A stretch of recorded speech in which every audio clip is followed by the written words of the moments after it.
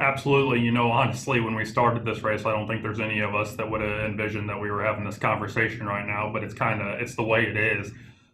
That said, I think above all else, the health and safety of our citizens is absolutely the number one priority.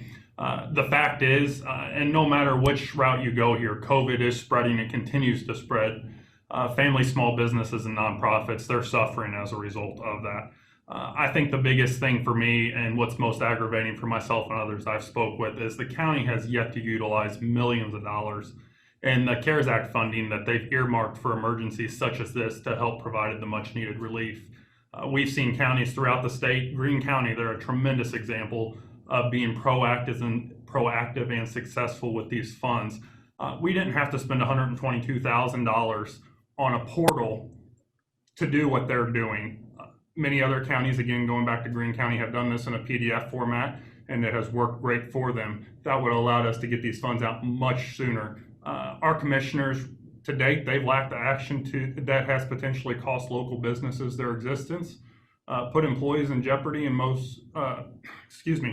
and they have made it difficult for families who are already facing the numerous struggles created by COVID and COVID-related decisions to date. Again, this would all go back to me of the best thing we can do right now is take the funds available to help in emergency times such as this, and we're not seeing that happen. So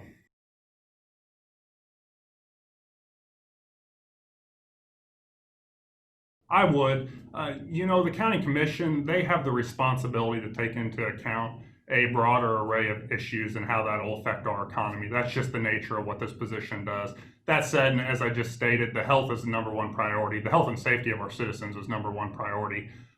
We must sit down at the table and take into account what the health director says and what statistics show, things of that nature. But we also need to ensure in our role that indirect health related issues don't occur due to businesses closing, people losing their jobs, being unable to pay their utility bills, things of that nature.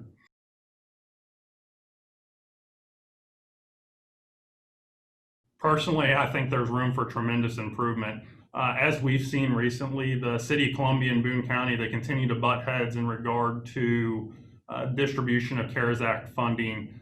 It's a he said, she said game right now in regard to the impact COVID has had on related restrictions that have potentially closed businesses. We've seen that all over the news here the last week.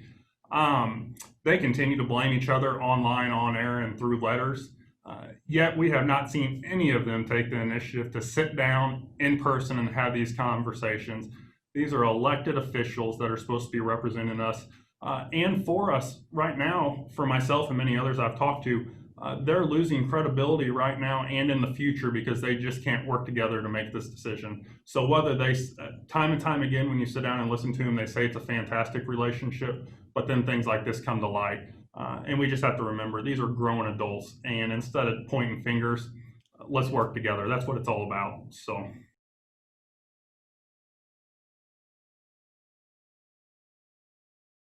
I think right now the county needs to begin by first looking at their own cost.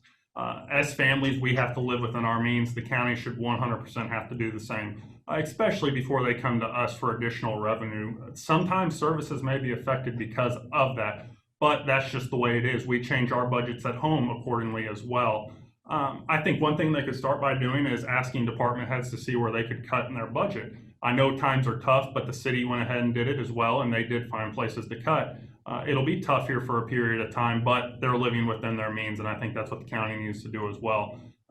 That said, I think one of the biggest things that they could do, it all comes down to economic development at this time.